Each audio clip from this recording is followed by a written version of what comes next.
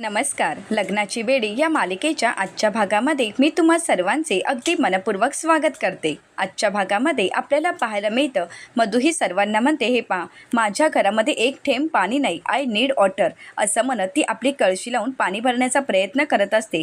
तर त्या सर्वजणी मधुला म्हणतात, तुझं इंग्लिश इथे चालणार नाही, लाईनमध्ये उभं राहायचं तरच तुला पाणी मिळणार आहे. तर आता सिंधू ही त्या सर्व बायकांची बाजू घेत म्हणते, हो हो, लाईनमध्ये उभं राहिलं तरच पाणी मिळणार आहे. तर आता एक बाई म्हणू लागते, तुझ्या घरामध्ये थेंबभर पाणी नाही, मग सकाळी उठून लवकर पाणी भरायचं होतं, सूर्य माथ्यावर येईपर्यंत झोपून राहायची काहीच गरज नव्हती. तर आता सिंधू म्हणू लागते, हे मात्र बरोबर आहे मावशी तुमचं, म्हणजे ह्यांचं कसं आहे, आपण झोपायचं डाराडूर, ह्यांना वाटतं नदीला येईल पूर आणि आपल्याला पाणी मिळेल भरपूर, अशी यांची अवस्था. त्यामुळेच आता आले आहेत महाराणी पाणी भरण्यासाठी. सुंदरी, जर लाईनमध्ये उभी राहिलीस तरच पाणी मिळणार आहे, जो लाईनमध्ये उभा त्यालाच पाणी मिळणार, हा तर इथला नियम आहे. तर मधू म्हणू लागते, तू गप्पा बस ग, तू मला शिकवू नकोस. तर आता सिंधू म्हणते, हो का, परंतु तुला तसं तर पाणी मिळणारच नाही आहे. तर सर्वजणी म्हणू लागतात, तिला का ओरडत आहेस तू, तुला पाणी मिळणार नाही, हा आमचा नियम आहे आणि आम्ही तुला पाणी भरू देणारच नाही. तर मधू म्हणू लागते, मी पण बघते मला तुम्ही कसं पाणी भरू देत नाही. काही झालं तरी मी पाणी भरणार आणि मगच इथून जाणार आणि मला फक्त एकच कळशी पाणी हवं आहे, त्यानंतर मी इथे येणारही नाही, प्लीज मला पाणी भरून द्या. परंतु कोणीही मधूला पाणी भरू देत नसतात. तर सिंधू त्यांना म्हणत असते, तिला पाणी भरू देऊ नका, कारण ही चांगली नाही आहे आणि मी तुम्हाला सावध करण्यासाठी आले आहे. ही तर दिसते तशी नाही, हिने तर माझा नवरा ढापला आहे. आता हे ऐकल्यानंतर सर्वजण आश्चर्याने सिंधूकडे पाहू लागतात. तर आता सिंधू ही रडण्याचं नाटक करते आणि म्हणते, हो ना, हिने तर माझ्या नवऱ्याला चोरलं आहे आणि म्हणूनच तर मी इथे आले आहे तुम्हा सगळ्यांना सावध करायला, हिच्यापासून सावध राहा. तर आता सर्वजणी म्हणतात, काय गं, दिसतेस तर चांगली आणि एखाद्याच्या नवऱ्याला चोरताना लाज नाही का वाटत. तर मधू म्हणते, नाही, मी असं काहीच केलं नाही आहे. परंतु कोणीही मधूवर विश्वास ठेवायला तयार नसतात. आता सर्वजण म्हणतात, आता तर हिला पाणी भरायला द्यायचंच नाही, हिला जर पाणी हवं असेल तर हिने लाईनमध्ये उभं राहायचं तरच पाणी मिळणार. परंतु मधू मात्र लाईनमध्ये उभं राहण्यासाठी तयार नसते. मधू म्हणते की नाही, मी इथून कुठेही हलणार नाही आणि तुम्ही कोणीही मला अडवू शकत नाही. परंतु आता कोणीही मधूला पाणी भरायला देत नाही. एक बाई मधूला म्हणते, काय गं, दिसायला तर छान आणि मनात मात्र तुझ्या घाण, आता काही झालं तरी तुला आम्ही पाणी भरायला देणारच नाही. तर आता मधू ही जबरदस्तीने पाणी भरण्याचा प्रयत्न करत असते, परंतु तिथे असणाऱ्या काही बायका मधूला पकडतात आणि बाजूला करतात. आता मात्र मधूजवळ दुसरा कुठलाच पर्याय नसतो. तर आता सर्वजण पाणी भरत असतात, परंतु मधूला काही पाणी भरता येत नाही. तर सिंधू म्हणते, काय झालं, मी म्हणाले होते ना सुंदरी, लाईनमध्ये उभं राहायचं तरच पाणी मिळणार आहे, चल चल बघू, लाईनमध्ये उभी राहा, नाहीतर तेही पाणी मिळणार नाही. आता मात्र पाणी नाही मिळणार ह्या भीतीने मधू लाईनमध्ये उभी राहते. तर आता पुन्हा एकदा सर्व बायकांची भांडणं तर सुरू असतात. तर सिंधू म्हणते, काय झालंय ताई, तुम्ही अशा भांडताय कशाला, अहो मी त्या सुंदरीला समजावलं आहे, ती बघा ती लाईनमध्ये उभी आहे, तुम्ही चला पटापट पाणी भरून घ्या, ऊनही भरपूर आहे आणि पाणीही जाईल. तर आता सर्वजणी पाणी भरून घेत असतात. तर सिंधू ही मधूवर लक्ष ठेवून असते. आता मधूची होणारे हाल पाहून सिंधूला मात्र खूप आनंद झालेला असतो. आता सिंधू ही मधूवर हसत असते. तर मधू ही रागाने सिंधूकडे पाहू लागते. सिंधू ही सर्वांना म्हणते, चला चला पटापट पाणी भरायला घ्या, सुंदरी लाईनमध्ये उभी आहे. आता सर्वजण एक एक करून पाणी भरून घेतात आणि तेथून निघून जातात. हळूहळू आता मधूचा नंबर जवळ येऊ लागलेला असतो, परंतु सूर्य माथ्यावर आल्यामुळे ऊनही खूप वाढलेलं असतं आणि मधूला त्या उन्हाचा खूप त्रास होत असतो आणि म्हणूनच मधू ही रागाने सिंधूकडे पाहत असते. तर सिंधू सर्वांना म्हणते, चला पटापट पाणी भरून घ्या, नाहीतर पाणी जाण्याची वेळ आली आहे, असं म्हणत आता मधू सर्वांना पाणी भरायला सांगते. आता शेवटचा नंबर असतो तो म्हणजे मधूचा. मधूला मात्र खूप आनंद झालेला असतो. आता मधू ज्यावेळी पाणी भरायला घेते त्यावेळी मात्र पाणी गेलेलं असतं, परंतु मधूला मात्र काहीच कळत नाही आणि म्हणूनच मधू ही नळ चेक करत असते. तर सिंधू मधूला आठवण करून देत म्हणते, सुंदरी, पाणी तर गेलं आहे, अगं सूर्य माथ्यावर आला आहे आणि 12 वाजले की पाणी संपतं आणि आता पाणीही गेलेलं आहे आणि त्यामुळे तुला काही पाणी मिळणं शक्यच नाही. आता मात्र मधूला धक्काच बसतो. मधू ही रागाने सिंधूला दोष देत म्हणते की हे सगळं काही तुझ्यामुळे घडलं आहे, असं म्हणत ती तोऱ्यातच निघालेली असते. परंतु त्याच वेळी मधूचा पाय अडखळतो आणि ती चांगलीच तोंडावरच पडते. आता मात्र ती ज्या ठिकाणी पडते त्या ठिकाणी पाण्यामुळे खूप चिखल झालेला असतो. आता मधू ज्यावेळी पडते त्यावेळी मधूच्या चेहऱ्याला, तिच्या हाताला संपूर्ण चिखल लागलेला असतो आणि मधू ही पूर्णपणे चिखलाने माखलेली असते. परंतु एवढं होऊनही मधूचा माज काही उतरलेला नसतो. मधू ही रागाने सिंधूकडे पाहत असते. आता सिंधू पुढे येते आणि हंड्यामध्ये असलेलं पाणीही ती ओतून टाकते. आता मात्र मधूला धक्काच बसतो. मधू सिंधूला विचारते की तू हे काय करत आहेस. तर आता सिंधू ही मधूला म्हणते, कसं आहे ना सुंदरी, अगं तुझी पापच एवढी आहेत, त्यासाठी समुद्राचं पाणी जरी वापरलं तरीसुद्धा तुझी पापं धुतली जाणार नाही. समुद्राचं पाणीही कमी पडेल, परंतु कर्माचा हिशोब हा नेहमी इथेच होत असतो आणि तू केलेल्या पापाची शिक्षा तुला मिळणारच आहे. तुझ्या कर्माची फळं तुला मिळणारच आहेत. आता तू कितीही स्वतःला वाचवण्याचा प्रयत्न केलास तरीसुद्धा तू तुझ्या कर्मांपासून वाचू शकत नाहीस. तू जी काही कर्म केली आहेस ते सगळी कर्म तुला इथेच फेडावी लागतील, असं म्हणत आता सिंधू तिथून निघून जाते. आता मात्र मधूला काय करावं काहीच कळत नाही. तर दुसरीकडे पाहायला मिळतं, रत्ना पारखींच्या घरी राजश्री काकू भाजी नीट करत असतात तर रुक्मिणी काकू पुस्तक वाचत असतात. आता राजश्री काकू रुक्मिणी काकूंना म्हणतात, वहिनी मला तुमच्याशी जरा बोलायचं होतं, खरं तर मला तुम्हाला काहीतरी विचारायचं होतं. तर आता रुक्मिणी काकू मात्र काहीच बोलत नाहीत. तर राजश्री काकू रुक्मिणी काकूंना म्हणतात, वहिनी या घरातील सर्व सुनांमध्ये राणीच तर तुमची लाडकी सून आहे ना. परंतु रुक्मिणी काकू काहीच प्रत्युत्तर करत नाहीत. तर आता राजश्री काकू म्हणतात, मग वहिनी मला एक सांगा, तुम्ही राघव आणि राणीच्या लग्नाला परवानगी का देत नाही आहात. परंतु राजश्री काकूंच्या या प्रश्नावर रुक्मिणी काकू मात्र काहीच उत्तर देत नाहीत. परंतु त्याच वेळी तिथे सिंधू येते आणि म्हणू लागते, बरं झालं फडफड तू या लग्नासाठी परवानगी दिली नाही, आणि आपण पण बघतोच हजबंड ढापू आपल्या हजबंडशी कसं लग्न करते. असं म्हणत असताना आता मधू ही रत्ना पारखींच्या घरी आलेली असते. आता मधू ही राजश्री काकूंना आवाज देत म्हणते, आई. आता मात्र सर्वांनाच धक्का बसतो. आता मधूची ती अवस्था पाहून सर्वजण मधूकडे पाहू लागतात. आता मधू ही रत्ना पारखींच्या घरामध्ये पाऊल टाकणार, परंतु त्याचवेळी रुक्मिणी काकू मधूला थांबवतात आणि म्हणतात, थांब. आता मात्र मधू तिथेच थांबते. परंतु मधूची ती अवस्था पाहून राजश्री काकूंना खूप वाईट वाटतं. आता राजश्री काकू मधूच्या काळजीने बाहेर येतात आणि विचारतात, राणी. परंतु मधूची ती अवस्था पाहून रुक्मिणी काकूंना मात्र खूप आनंद झालेला असतो. तर त्यानंतर आता मधूची ती अवस्था पाहून राजश्री काकू मधूला विचारतात, राणी अगं हे काय झालंय. परंतु मधू मात्र काहीच बोलत नाही. तर ऋतुजा मधूला म्हणते, राणी अगं काय झालंय, तुझा चेहरा तर पूर्णपणे चिखलानेच माखला आहे. तर मधू म्हणते, ते इम्पॉर्टंट नाही, मला आंघोळ करायची आहे. असं म्हणत आता मधू ही रत्ना पारखींच्या घरामध्ये पाऊल टाकणार. परंतु त्याच वेळी सिंधू समोर येते आणि मधूचा रस्ता अडवते आणि म्हणू लागते, तू रत्ना पारखींच्या घरी येऊ शकत नाही. तुला काय वाटलं हॉटेल किंवा लॉज आहे, कधीही उठून येऊ शकतेस. तुला जर अंघोळ करायचीच असेल ना, मग तू तुझ्या घरी जाऊन अंघोळ कर. हे रत्ना पारखींचं घर आहे. तर मधू म्हणू लागते, तिथे पाणी नाही आणि म्हणूनच तर मी इथे आली आहे ना. तर सिंधू म्हणते, हो का, परंतु तो तर तुझा प्रॉब्लेम आहे, त्यामध्ये आपण तर तुला काहीच मदत करू शकत नाही. तुला अंघोळ करायची आहे ना, चल मग निघ इथून, तू तुझ्या घरी जाऊन अंघोळ कर. असं म्हणत आता सिंधू ही मधूला तिथून हाकलवून देत असते. परंतु मधू काही तिथून हालत नाही. तर त्यानंतर सिंधू म्हणू लागते, काय झालं, तुला एकदा निघायला सांगितलेलं कळत नाही का. परंतु मधू मात्र जात नाही आणि म्हणूनच सिंधू ही रुक्मिणी काकूंना म्हणते, अरे फडफड, आपल्याला कसं तू सांगितलं होतं, आल्या पावली परत जा, तसंच हिला सांग ना. असं म्हणत आता सिंधू ही मधूला म्हणते, चल निघायचं इथून. त्याचवेळी राजश्री काकू सिंधूला म्हणतात, एक मिनिट, तू तिला इथून घालवू शकत नाही. तर आता मात्र सिंधू शांतच होते आणि रुक्मिणी काकूंकडे पाहू लागते. तर रुक्मिणी काकू राजश्री काकूंना म्हणतात, ती तिला इथून घालवू शकत नाही, परंतु मी तर घालवू शकतेस ना. आता मात्र सर्वांनाच धक्का बसतो. तर आता राजश्री काकू रुक्मिणी काकूंना विचारतात, वहिनी.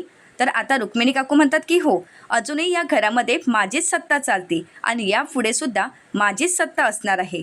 राजश्री काकू रुक्मिणी काकूंना म्हणतात, परंतु वहिनी तिची अवस्था तरी बघा तुम्ही. तर आता रुक्मिणी काकू म्हणतात, हो ना, तिची अवस्था तर मी पाहिली आहे, परंतु याला जबाबदार कोण आहे, तीच ना. स्वतःची अवस्था तिनेच अशी करून घेतली आहे, त्यामुळे आपण तर काहीच करू शकत नाही.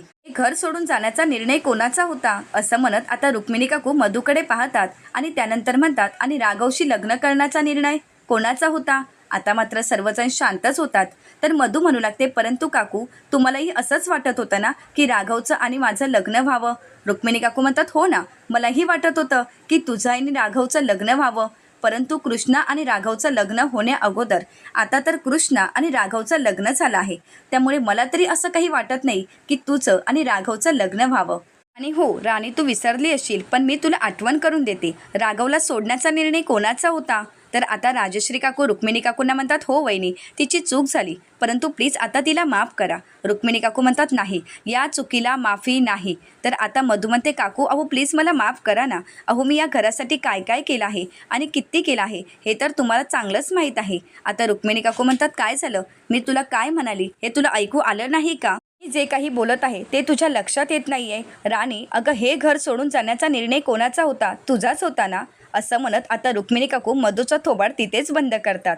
तर त्यानंतर आता सिंधू ही मधूला म्हणते, ए ए नवरा ढापू, मला एक सांग, हे घर सोडून जाताना आपल्या हजबंडचा हात हातात घेऊन सर्वांना दाखवून देत होतीस की हम साथ साथ है. मग आता कुठे आहे माझा हजबंड आणि त्याने तुला इथे येऊच कसं दिलं? आता मधू मनाशीच म्हणते, सिंधू, माझी जी काही अवस्था झाली आहे त्या अवस्थेला तू जबाबदार आहेस आणि इथे सर्वांना असं दाखवून देत आहेस की तू खूप चांगली आहेस. नाही, मी तुला सोडणार नाही. आता तू जे काही वागत आहेस ना, या सगळ्याची शिक्षा तर मी तुला देणारच आहे. आता मात्र नक्की काय चालू आहे हे रेश्मा आणि ऋतुजाला काहीच कळत नसतं आणि म्हणूनच रेश्मा ही ऋतुजाला म्हणते, आई, मला एक सांगा, इथे राजश्री काकू राणी वहिनींच्या बाजूने आहेत, रुक्मिणी काकू या कृष्णाच्या बाजूने आहेत. मग मला सांगा की आपण कोणाची बाजू घ्यायची आहे? आता मात्र ऋतुजा म्हणू लागते, तेच तर मला कळत नाहीये की नक्की कोणाची साथ द्यायची आहे. तसंही वहिनी साहेब कधी कोणता निर्णय घेतील हे कधीही कोणाला कळणार नाही. त्या कधीही मधूची बाजू घेऊ शकतात आणि त्यामुळे आपण काहीच करू शकत नाही. आणि तसंही ही मधू म्हणजे एक नंबरची बनेल आहे. ती कधीही वहिनी साहेबांचं मन वळवू शकते. त्यामुळे आपण शांतच राहणं योग्य आहे. तर दुसरीकडे पाहायला मिळतं आता सिंधू ही मधूला बोलते, आता बोल बोल नवरा डापू, आपला हजबंड कुठे आहे? आता का तुझं तोंड शिवलं आहे? तर आता मधू ही उत्तर देत म्हणते, तो ड्युटीवर गेला आहे आणि मी इथे आली आहे हे त्याला माहीत नाही. आणि काकू, मला तुमच्याशी खूप महत्त्वाचं बोलायचं आहे, खूप पर्सनल आहे, प्लीज आपण बोलूया का? येता का तुम्ही? तर आता रुक्मिणी काकू म्हणतात, आता बोलण्यात तर काहीच अर्थ नाही आहे. असं म्हणत आता रुक्मिणी काकू मधूशी बोलणंही टाळत असतात. रुक्मिणी काकू मधूला म्हणतात, राणी, कसं आहे ना, आता पर्सनल वगैरे असं काहीच राहिलं नाही आहे. तुला जे काही बोलायचं असेल ते सर्वांसमोर बोलू शकतेस. तर राणी म्हणते, हो ठीक आहे, मी आता सर्वांसमोरच बोलते की माझे जे दागिने आहेत ते मला परत हवे आहेत. फक्त माझे दागिने घेते आणि इथून निघून जाते. असं म्हणत आता मधू पुन्हा एकदा रत्नपारखींच्या घरामध्ये पाऊल टाकत असते. परंतु त्याचवेळी सिंधू ही मधूला थांबवते आणि तिला मागे ढकलून देते. आता मात्र राजश्री काकूंना सिंधूचा खूप राग आलेला असतो. राजश्री काकू सिंधूला म्हणतात, हे काय चाललंय कृष्णा, तुझं डोकं फिरलंय का? असं कोण कोणाशी वागतं का? तर आता सिंधू ही राजश्री काकूंना म्हणते, मदर, मी फक्त तिला मापात ठेवण्याचा प्रयत्न करत आहे, बाकी काहीच नाही. तर त्यानंतर आता सिंधू ही मधूला म्हणते, तू फक्त या घरामध्ये पाऊल तरी टाकून दाखव, नाही जर पोलिसांना फोन केला आणि आयुष्यभरासाठी तुला खडी फोडायला पाठवलं तर नावाची कृष्णा नाही. तर आता राजश्री काकू म्हणतात, हो का, मी पण बघते या घरात येण्यापासून तिला कोण अडवतं आणि तिचे दागिने घेण्यापासून, कारण ते दागिने तिच्या हक्काचे आहेत आणि ते दागिने तिला घेण्यापासून कोणीही अडवू शकत नाही, अगदी तूही तिला रोखू शकत नाही. आता मात्र राजश्री काकूंचं हे बोलणं ऐकून मधूला खूप आनंद झालेला असतो. तर आता राजश्री काकू मधूला म्हणतात, राणी चल आत, असं म्हणत तिला आत बोलावत असतात. आता मधू पुन्हा एकदा रत्नपारखींच्या घरामध्ये पाऊल टाकणार, परंतु त्याचवेळी रुक्मिणी काकू तिला म्हणतात, थांब, आता त्या दागिन्यांवर तुझा कोणताही हक्क नाही. आता मात्र घरातील सर्वांनाच धक्का बसतो. आता रुक्मिणी काकूंचं हे बोलणं ऐकून मधूलाही धक्का बसतो. मधू ही धक्क्यानेच रुक्मिणी काकूंकडे पाहत असते. तर दुसरीकडे पाहायला मिळतं आता रेश्मा ही ऋतुजाला म्हणते, आई, मला एक सांगा की नक्की इथे काय चालू आहे? की आता रुक्मिणी काकू राणी वहिनींना, परंतु त्याचवेळी ऋतुजा रेश्माला थांबवत म्हणते, अगं काय चाललंय तुझं राणी वहिनी राणी वहिनी? अगं आता तिला राणी वहिनी म्हणायची काहीही गरज नाही, फक्त राणी बोललीस तरी चालेल, कारण आताच वहिनी साहेबच म्हणाले ना की तिचा इथे कुठलाही अधिकार नाही, मग आता फक्त राणीच बोलायचं. तर रेश्मा म्हणते, हो ठीक आहे. तर त्यानंतर आता राजश्री काकू रुक्मिणी काकूंना म्हणतात, वहिनी, आपणच तर ते राणीला दागिने दिले आहेत आणि आता आपणच ते दागिने काढून घेणं योग्य वाटतं का? रुक्मिणी काकू म्हणतात, हो ना, यामध्ये मला तरी काही अयोग्य वाटत नाही. तर आता सिंधू म्हणते, करेक्ट फडफड, आयुष्यात पहिल्यांदा तू योग्य डिसिजन घेतला असेल. आणि कसं आहे ना, ही तर या घरची डॉटरही नाही अँड डॉटर इन लॉही नाही आहे. मग मला सांगा, या घरच्या दागिन्यांवर ती हक्क कसा दाखवू शकते? आता मात्र राजश्री काकू सिंधूला म्हणतात, तू गप्प बस ग, तुला मध्ये मध्ये बोलायची काहीच गरज नाही. तर आता रुक्मिणी काकू म्हणतात, राजश्री, तू अगदी बरोबर बोलत आहेस, कृष्णाने मध्ये मध्ये बोलायची काही गरजच नाही आहे, कारण खरं तर तिला तो अधिकारही नाही. परंतु कृष्णा जे काही बोलत आहे, जे काही मुद्दे मांडत आहेत ते तर योग्यच आहेत. तर आता राजश्री काकू म्हणतात, वहिनी, अहो तुम्हाला नक्की काय म्हणायचं आहे? तर रुक्मिणी काकू राजश्री काकूंना म्हणतात, राजश्री अगं साधा आणि सोपा हिशोब आहे. आता मला एक सांगा, तिच्या दागिन्यांची सरळ अंदाजे किती किंमत असेल? तर आता ऋतुजा म्हणते, अंदाजे 20 लाख तरी असेल. 20 लाख तर कुठेच गेले नाहीत. तर आता रुक्मिणी काकू म्हणतात 20 लाख. आणि ही या घरामध्ये राहत असल्यापासून हिच्यावर आपण खर्च किती केले असतील? मला असं वाटते की जवळजवळ 10 लाख तरी झालाच असेल. तिच्या खाण्यापिण्याचा, तिच्या जेवण्याचा, तिच्या इतर खर्चाचा सगळा मिळून 10 लाख तरी झालाच असेल ना? तर आता रेश्मा म्हणू लागते की हो, 10 लाख तरी नक्कीच झाला असेल. आता मात्र नक्की काय चालू आहे मधुला काहीच कळत नसतं. रुक्मिणी काकू म्हणू लागतात, म्हणजे बघा, सिंधू ज्यावेळी 8 वर्षानंतर या घरात राहायला आली होती त्यावेळी मी तिच्याकडून घरभाडंही घेतलं होतं. एवढंच नाही तर किचन वापरण्याचंही भाडं घेतलं होतं. आणि ही जेव्हापासून राहायला आली तेव्हापासून हिच्याकडून तर मी काहीच घेतलं नाही आहे. आणि ही तर खूप वर्ष या घरात राहत आहे, म्हणजे जवळजवळ तेवढा खर्च तर झालाच असेल ना. च्या राहण्याचा, खाण्यापिण्याचा, म्हणजे या सगळ्याचा एकूण खर्च 10 लाखाच्या घरात तर नक्कीच गेला असेल. तर आता ऋतुजा आणि रेश्मा म्हणतात की हो हो वहिनीसाहेब, तुम्ही अगदी योग्य बोलत आहात. तर आता रेश्मा म्हणते की आणि त्यांच्या डान्स क्लासचा? रुक्मिणी काकू म्हणतात, हो ना, मी तर विसरूनच गेले होते. आणि तिच्या डान्स क्लासचा खर्च जवळजवळ 30 लाख झाला आहे. म्हणजे झाले किती टोटल? 40 लाख. आणि हिच्या दागिन्यांचे किती आहेत? 20 लाख. म्हणजे आता हिच्या दागिन्यांचे पैसे जर आपण वजा केले तर आता ही आपल्याला देणं किती राहते? 20 लाख रुपये. मग आता मला राणी तू सांग की तू आमचे 20 लाख रुपये कधी देणार आहेस? तुझ्याजवळ तर आमचे 20 लाख रुपये आहेत. आता मात्र मधुला धक्काच बसतो. तर त्यानंतर आता राजश्री काकू रुक्मिणी काकूंना म्हणतात, वहिनी हे सगळं काही जरा जास्तच होत आहे. तर आता रुक्मिणी काकू म्हणतात, नाही ग, जास्त काही नाही, हा तर सरळ सरळ हिशोब आहे. कारण ही तर आता आपले 20 लाख देणं लागत आहे. आणि आता राणी तू माझ्या या प्रश्नाचं उत्तर दे की तू आमचे पैसे कधी देणार आहेस? आता मात्र मधू काहीच बोलत नाही. तर आता मात्र रेश्मा आणि ऋतुजाला नक्की कोणाची बाजू घ्यावी हे काहीच कळत नसतं. आता ऋतुजा ही रेश्माला म्हणते, रेश्मा मला अजूनही कळत नाही आहे की नक्की कोणाची बाजू घ्यावी. तर आता मात्र दोघे शांतच असतात. त्यांना काय करावं काहीच कळत नसतं. तर त्यानंतर राजश्री काकू म्हणतात, वहिनी प्लीज तुम्ही असा विचार नका करू. अहो राणीचं आपल्या राघववर अगदी मनापासून प्रेम आहे. तर रुक्मिणी काकू म्हणू लागतात की हो ना, हा विचार राघवने कृष्णासोबत लग्न करायच्या अगोदर करायला हवा होता. आणि तसंही यासाठी राणीनेच तर परवानगी दिली होती. त्यामुळेच हा विषय यापुढे मला वाढवायचा नाही. हा विषय इथेच संपत आहे. आणि त्यानंतर आता रुक्मिणी काकू मधुला म्हणतात, आणि तुला मी शेवटचं सांगत आहे, यापुढे या घराच्या आसपासही फिरकायचं नाही. या घराच्या आसपास जरी दिसलीस ना तरी याद राख, गाठ माझ्याशी आहे. असं म्हणत आता रुक्मिणी काकू तिथून तिला जायला सांगत असतात. परंतु मधू काही तिथून हलत नसते. आता रुक्मिणी काकू म्हणतात, नाही तू अशी जाणार नाही. असं म्हणत आता रुक्मिणी काकू मधूच्या तोंडावरच दरवाजा बंद करतात आणि तिला बाहेर काढतात. आता मात्र मधूला खूप राग आलेला असतो. तर मधू मनाशीच म्हणते, आज तुम्ही माझे दागिने देण्यापासून मला अडवलं आहे, परंतु नाही, आता मी शांत बसणार नाही. आज जरी तुम्ही माझे दागिने दिलात नाहीत तरीसुद्धा माझं टॅलेंट कोणीही हिरावून घेऊ शकत नाही. आणि आता माझ्या टॅलेंटच्या जोरावरच मी तुम्हाला सगळं काही मिळवून दाखवणार आहे. तुम्ही माझ्यापासून कितीही काही हिरावून घेण्याचा प्रयत्न करा, परंतु आता मी कोणावरही अवलंबून न राहता स्वतःचेच डान्स क्लास सुरू करेन आणि तुम्हाला दाखवून देईन. असं म्हणत आता मधू रागानेच तिथून निघून जाते. आता मधूने सगळीकडे आपल्या डान्स क्लासची ॲडव्हर्टाईज केलेली असते. सगळ्या ठिकाणी तिने बॅनर लावलेले असतात. आता ते बॅनर पाहून काही मुली मधूच्या घरी येतात आणि मधूला म्हणतात, तुम्ही डान्स क्लास घेता का? आम्हाला डान्स शिकायचा आहे, आम्हाला त्याबद्दल काही इन्फॉर्मेशन द्याल का? तर मधू म्हणते की हो ठीक आहे, या ना आतमध्ये. असं म्हणत आता मधू त्यांना आतमध्ये घेते आणि डान्स क्लासबद्दल माहिती सांगू लागते. आता मधूने नृत्यानंद या नावाचा डान्स क्लास चालू केलेला असतो. तर आता ते डान्सची सगळी माहिती त्या मुलींना देऊ लागते. आता आपल्याजवळ डान्स शिकण्यासाठी मुली आल्या आहेत यानेच मधूला खूप आनंद झालेला असतो. मधू म्हणू लागते, बोर्ड लावले आणि लगेचच मुली डान्स शिकण्यासाठी आल्यातही. तर त्यानंतर त्यातील एक मुलगी मधूला विचारते, तुम्ही डान्स कुठे शिकवणार आहात?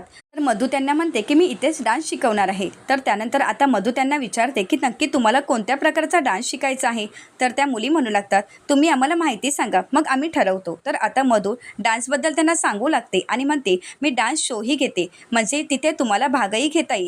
कसं आहे ना, डान्स शोमध्ये तुम्ही जर पार्टिसिपेट झालात तर तुमचे पैसेही वसूल होणार आहेत. म्हणजे तुम्ही मला डान्ससाठी फी जी देणार आहात ती फीही तुमची वसूल होणार आहे. आता मात्र त्या मुलींना मधूचा डान्स क्लास खूप आवडलेला असतो. त्या मधूसोबत डान्स शिकण्यासाठी तयार होतात. परंतु त्याच वेळी ते सिंधू येते आणि म्हणू लागते, मलाही डान्स शिकायचा आहे. तर आता मधू ही सिंधूला म्हणू लागते, तू इथे काय करत आहेस? तुला माझ्या डान्स क्लासमध्ये परवानगी नाही आणि माझ्या स्टुडंटचा वेळ फुकट घालवू नकोस. तर सिंधू ही मधूला म्हणते, हो का?